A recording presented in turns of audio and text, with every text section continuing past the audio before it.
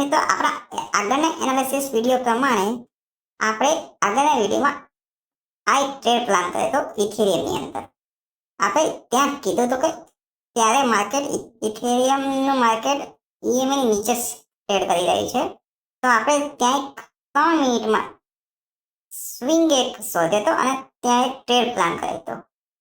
But ત્યાં market તેનું breakdown કરી શક્યું નહીં અને ઉપર નીકળી ગયું. તો 30 મિનિટમાં જોઈએ તો માર્કેટ 30 મિનિટમાં EMA ની ઉપરની સાઈડ છે.